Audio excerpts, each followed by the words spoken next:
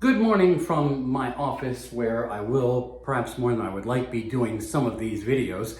This nascent YouTube channel is more labor of love and grows out of the ultra modestly successful Ear on the White House Radio Debrief business I started in 2020 when the network for which I was working shut down. And most every day I send out notes to affiliate stations with talking points, and it seemed logical to create this channel to give a new space for my reporting, context analysis, and a little snark through a video channel. Now, this is more labor of love, as I say, and there are times when I have to juggle other work to make some real money. On to the news. It was supposed to be a farewell address, but was more like lots of luck to the nation. President Joe Biden ending 50 plus years of public service, sounding the alarm last night, talking about an oligarchy that is gaining significant influence in the U.S. No names were mentioned, but Biden certainly meant the cabinet and agency nominees of Trump's that are worth over $400 billion. Add to that Elon Musk attached at the hip to Trump, and Jeff Bezos and Mark Zuckerberg, all of whom will sit together at the inauguration as they try to curry favor with the administration. Corporate America is hoping another round of Trump will bring lower taxes and less regulation, to be sure.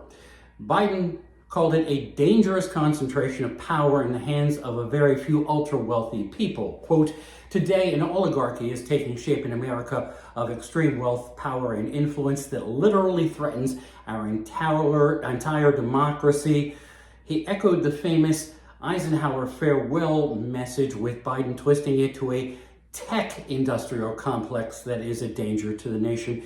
He denounced social media platforms that are allowing misinformation and disinformation to be put out. There was a bit of positivity in the message as Biden spoke of his administration's accomplishments, led by the infrastructure bill that will continue to bear fruit long after he's gone. Interestingly, former Speaker of the House Nancy Pelosi offered praise. Quote, "President Biden delivered his farewell address to the nation that is stronger because of his leadership," end quote. Well, that was nice, as Pelosi remains on the outs with the Bidens for pushing the incumbent to abandon his re-election bid. On Capitol Hill, the Senate Judiciary Committee started a couple days of hearings into Pam Bondi's being President-elect Donald Trump's choice for Attorney General. Democrats pressed her on how much she might listen to Trump, who in his first term often urged his attorneys general to prosecute his perceived enemies, and who seems to have only grown in his zeal to persecute the people who've wronged him. Bondi said all the right things that one would say in that witness chair. Quote, "It would be inappropriate for a prosecutor to start with a name and look for a crime." Later, she had a hard time accepting that Joe Biden won the presidency in 2020, with her helping the Trump legal team in its challenges with accusations of widespread voter fraud in the battleground states. She did eventually say that she accepts Joe Biden as having been elected president of the United States. Of course, she hedged her words in case Trump was tuned in. Another line of questioning from the minority was if Bondi thought all January 6 rioters who are imprisoned or were convicted or took plea deals should be pardoned by Trump.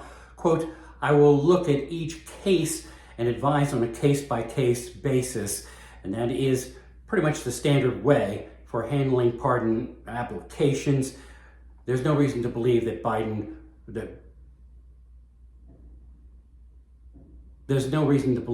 Bondi won't be approved by the full Senate eventually. Now, this morning, the Gaza ceasefire deal, for which both Biden and Trump are taking credit, appears in trouble as the Israeli cabinet has put off a vote on the deal that would allow for 1/3 of the hostages to be released by Hamas quickly, and the other 2/3 over successive weeks if the agreement holds. It's a fluid situation, so let's hope and pray that somehow peace comes to Gaza and peace of mind comes to Israel. With Ear on the White House, I'm Bob Costantini.